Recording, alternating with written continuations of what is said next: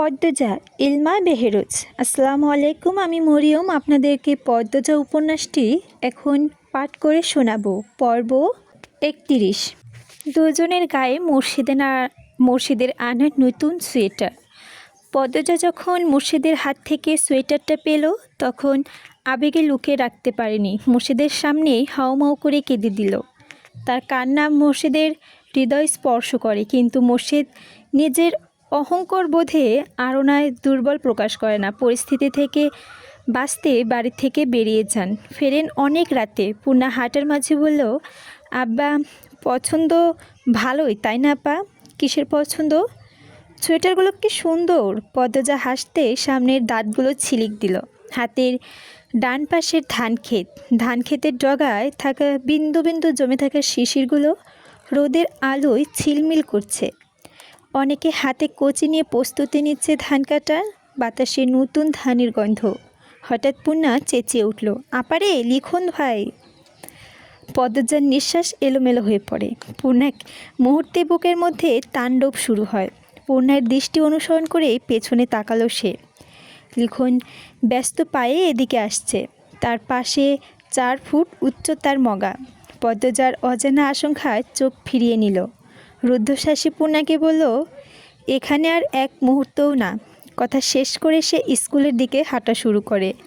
পূর্ণা অবাক হয়, কিন্তু এই নিয়ে রাগ করল না। লিখন পেছনে পেছনে আসছে। পদ্মজার বুক কাঁপছে বিরতিহীনভাবে, তার চাহনি বিক্ষিপ্ত, হৃদয় অশান্ত। বটগাছের সামনে চিন্তিত ভগ্নিতে দাঁড়িয়ে আছে লিখন। শীতের শুষ্কতায় বটগাছের অধিকাংশ পাতা ঝরে পড়েছে। লিখনের কাছে শীতকাল খুবই অপছন্দের ঋতু। শীত চরম শুষ্কতার রূপ নিয়ে প্রকৃতির উপর জেঁকে বসে থাকে। সহ্য করা যায় না লিখনের, ঠান্ডা লেগেই থাকে। ছোট থেকে কয়েকবার নিউমোনিয়ায় ভুগেছে সে। মনে প্রাণে বিশ্বাস করেন রুক্ষতা, তিক্ততা ও বিষাদের প্রতি মুহূর্ত শীতকাল। লিখন এক হাতে তালু দিয়ে আর এক হাতের তালু ঘষতে উত্তপ্ত সৃষ্টি করে। ভীষণ ঠান্ডা লাগছে। পদ্মজা এত দুটো হাত ছিল যেন মনে হচ্ছিল সে পালাতে চাইছে। লিখন আর এগোয়নি, পালাতে দিল পদ্মজাকে। মগা বলছে পদ্মজার লোকসমাজের ভয় খুব, তাই লিখন এই নির্জন মাঠের পাশে বসে বটগাছের নিচে দাঁড়িয়ে আছে। পদ্মজা এই পথ দিয়েই বাড়ি ফিরবে, তখন যদি একটু কথা বলা যায়। পদ্মজা জড়সড় হয়ে হাঁটছে, ভয়ে ঠোঁট শুকিয়ে কাঠ, বারবার জিহ্বা দিয়ে ঠোঁট ভিজিয়ে নিচ্ছে। পদ্মজা মিনমিনিয়ে গলায় পূর্ণকে ডাকলো, পূর্ণা রে। পূর্ণা তাকালো। পদ্মজা এদিক ওদিক তাকিয়ে বলল, আমার ভয় হচ্ছে। উনি মাঝপথে দাঁড়িয়ে নেই তো? পূর্ণা চরম বিরক্তি নিয়ে বলল, থাকলে কি হয়েছে, খেয়ে ফেলবে। পদ্মজা আর কথা বলল না। পূর্ণার সঙ্গে কথা বলে লাভ নেই। তখন লিখন শাকে পাত্তা না দেওয়ার জন্য পূর্ণা খুব রাগ হয়েছে। পদ্মজা বরাবরই মাথা নিচু করে হাঁটে, তাই লিখন শাকে দেখতে পেল না। পূর্ণা দূর থেকে দেখতে পায়, কিন্তু এইবার আর পদ্মজাকে আগে থেকে বলল না। সে উত্তেজিত হয়ে ভাবছে, লিখন শাকে যখন আপার সামনে এসে দাঁড়াবে কি যে হবে। লিখন পদ্মজার দূরত্ব মাত্র কয়েক হাত। তখন পদ্মজা আবিষ্কার করল লিখনের উপস্থিত।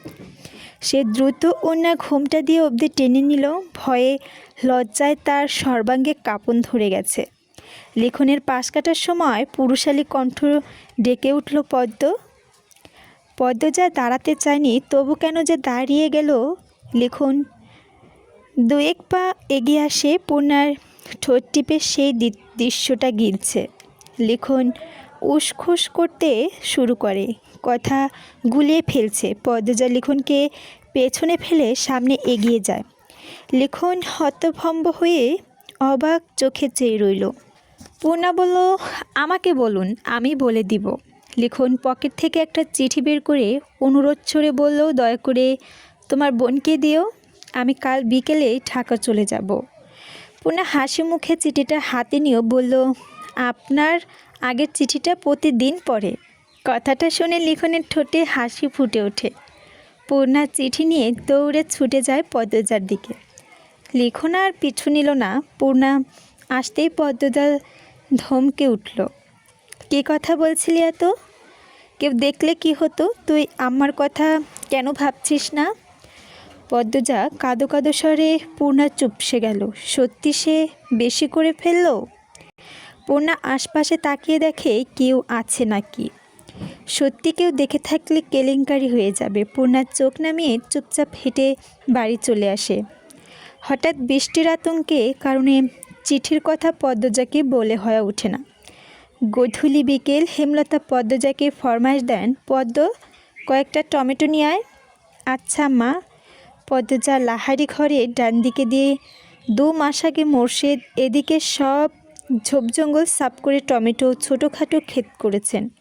লাল টকটকে টমেটো। হেমলতা রান্নার ফাঁকে বারান্দায় দিয়ে উকি দিলেন। মোর্শেদ আর পান্ত কিছু নিয়ে বৈঠক করেছেন। হেমলতা ফোঁস করে নিঃশ্বাস ছাড়লেন। বসন্তী নামক মানুষটির কী কারণে ত্যাগ করলেন মোর্শেদ জানতে ইচ্ছে করলেও হেমলতা এ বিষয়ে কোনো প্রশ্ন করলেন না। তবু এইটুকু বুঝেছেন মোর্শেদ বাইরে ঘোর কেটে গেছে, যার ফলস্বরূপ সংসারে তার মন পড়েছে। হেমলতা খুব সমীহ করে চলেন। তবে হেমলতা জানেন মোর্শেদ পদ্মজাকে নিয়ে নিজের মেয়ে হিসেবে এখনও মেনে নেননি, তা নিয়ে মাঝে মধ্যে খোঁচা দেন। এত অবিশ্বাস্য মানুষটার। পদ্মজা সাবধানে ক্ষেতের মাঝখানে গেল। টমেটো ছিঁড়তে গিয়ে মনে পড়ে গেল তার লিখনের কথা। মনে মনে ভাবল, কেন এসেছেন উনি? কী বা বলতে চেয়েছিল জানার জন্য ব্যাকুল হয়ে উঠে পদ্মজার মনটা। আপা একটা কথা বলি। পদ্মজার চমকে পেছনে তাকালো। হঠাৎ পূর্ণার আগমনে ভয় পেয়েছে। বুকে ফু দিয়ে বলল, বল। রাগ করবে না তো? পদ্মজার চোখে ছোট ছোট করে তাকালো, বলল, করব না। পূর্ণা লিখনে দেওয়া চিঠিটা দেখিয়ে বলল, লিখুন ভাইয়ার চিঠি। পদ্মজার ছো মেরে চিঠিটা নিল। আর এহেন ব্যবহার পূর্ণা অবাক হলো বটে, সেই সঙ্গে সঙ্গে মনে খুশিও হলো বোনের আকুলতা দেখে। পদ্মজার দ্রুত চিঠির ভাঁজ খুলল। পূর্ণা বাড়ির দিকে তাকিয়ে দেখছে কেউ আসছে নাকি। পদ্মজা পড়া শুরু করলো। প্রিয় পদ্মফুল, 4 মাস কেটে গেল।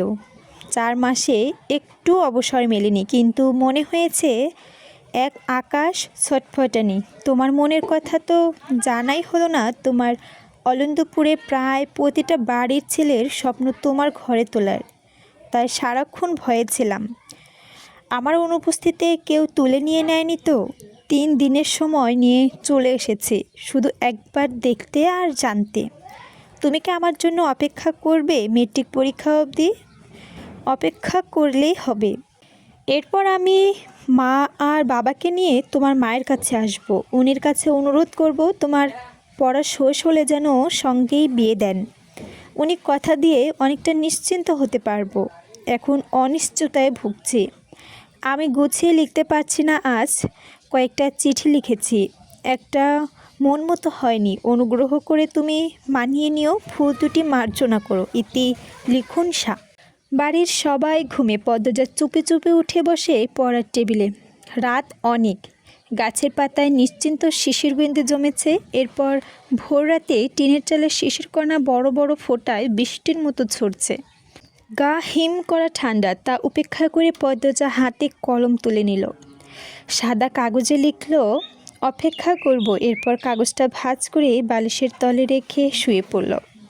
ফজরের নামাজ আদায় করে 4 ভাই বোন পড়তে বসে। পড়ায় মন টিকছে না পদ্মজার। বই আনার ছুতোয় পদ্মজা ঘরের ভিতর গেল। রাতে লেখায় কাগজটি ছিঁড়ে চিরকুট করে ফেলে দিল জানালার বাইরে। এরপর আবার নতুন করে লিখল, আমার আম্মা যা চান তাই হবে। পড়া শেষে অভ্যাসবশত ঘটে যায় পদ্মা। হাতের মুঠোয় 3টে চিঠি, 2টো লিখনের আর তার একটি লেখা। পূর্ণাও পাশে। প্রেমা পান্ত বাড়ি জুড়ে ছুটোছুটি করছে। সামনের কোনো কিছু ঠিক মতো দেখা যাচ্ছে না। সব কিছুই অস্পষ্ট। কুয়াশার স্তর এত ঘন যে দেখে মনে হচ্ছে সামনে কুয়াশার পাহাড় দাঁড়িয়ে আছে। সেই পাহাড় ভেদ করে একটা নৌকা ঘাটে ভিড়ে। নৌকায় লিখন আর মগা। আকস্মিক ঘটনায় পিছলে চমকে উঠল পদ্মজার। পালানোর মতো শক্তিটুকু পেল না। লিখন মায়াভরা কণ্ঠে পদ্মজাকে উদ্দেশ্য করে বলল, আমি বাধ্য হয়েছি এখানে আসতে। আজ বিকালে চলে যাব। মগা বলল, প্রতিদিন সকালে নাকি তুমি ঘাটে বসো, তাই এসেছি। পদ্মজা মনে মনে দোয়া ইউনুস পড়ে, ভয়ে বুক দূর দূর করছে। মা দেখে ফেললে কি হবে, বা অন্য কেউ দেখলে।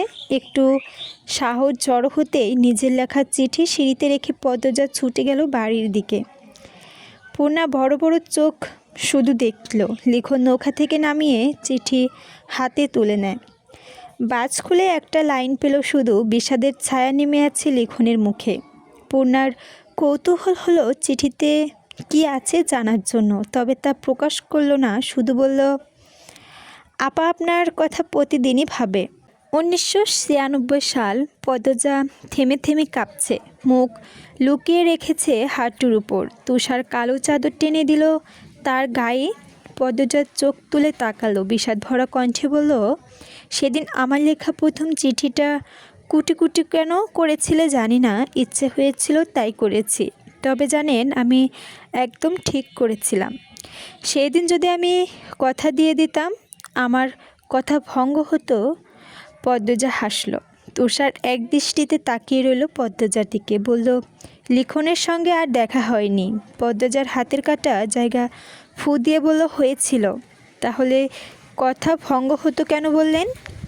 তুষারের দিকে তাকালো পদ্মজা, এরপর হাঁটুতে মুখ লুকালেন। 1 মিনিট, 2 মিনিট, 3 মিনিট করে কেটে গেল 10 মিনিট। পদ্মজার সাড়া নেই। তুষার ডাকলো, পদ্মজা শুনতে পাচ্ছেন? পাচ্ছি। আপনার কি কষ্ট হচ্ছে? হচ্ছে। মুখ তুলে তাকান। পদ্মজা ছল ছল চোখে তাকালো। তুষার উদ্বিগ্ন হয়ে বলল, তোমার কোনো সমস্যা হচ্ছে? তুষারের প্রশ্ন আগ্রহ করে পদ্মজা ভেজা কণ্ঠে বলল, আমার আম্মা আমার সঙ্গে বিশ্বাসঘাতকতা কেন করলো? তুষার ভেতরে ভেতরে চমকালো। হেমলতা নামে মানুষটার সম্পর্কে যা জানে এবং জানালো, তাতে তার সঙ্গে বিশ্বাসঘাতকতা শব্দটা যায় না। পরপরই নিজে সামলাতে নিল। ভালো মানুষের খারাপ রূপ এমন কে শত শত আছে। তুষার সাবধানে প্রশ্ন করল, কি করেছেন তিনি? পদ্মজা উত্তর দিল না, মেঝেতে শুয়ে চোখ বুজল। তুষার গোপনে দীর্ঘশ্বাস ছাড়ল। পদ্মজা এখন আর কিছু বলবে না, সে ক্লান্ত। হাতড়াতে গিয়ে মনের অসুস্থতা বেড়ে যায়। তুষার তাকালো মেয়েটার মুখের দিকে। আঁচল সরে গেছে তার বুকের ওপর থেকে, চাদরের অংশ পড়ে আছে মেঝেতে। তুষার চাদরটা টেনে দিতে গিয়ে আবিষ্কার করল পদ্মজার গলায় কালো খয়েরি মিশ্রণের কয়টা দাগ। কেউ শক্ত করে হাতে চেপে ধরেছিল গলা। হুঙ্কার চালো সে, ফাহিমা। ফাহিমা কাছেই ছিল, তাই ছুটে এলো। তুষার বলল, আপনি এই আসামির গলা টিপে ধরেছেন? ফাহিমা চট করে বলল, না স্যার, প্রথম থেকে গলার দাগগুলো দেখছি। প্রশ্ন করেছি, মেয়েটা উত্তর দিল না। কপাল ভাঁজ করে ফেলল তুষার। হাজারটা প্রশ্ন মাথায় ভন ভন করছে। মস্তিষ্ক শূন্য প্রায়। পদ্মজা যতটুকু বলেছে তারপরে 7 বছরের কাহিনী জানা পর্যন্ত শাস্তি মিলবে না। মাথায় কাজ করে না। করলেও তুষার সিগারেট টানে। সেই বেরিতেই গেল।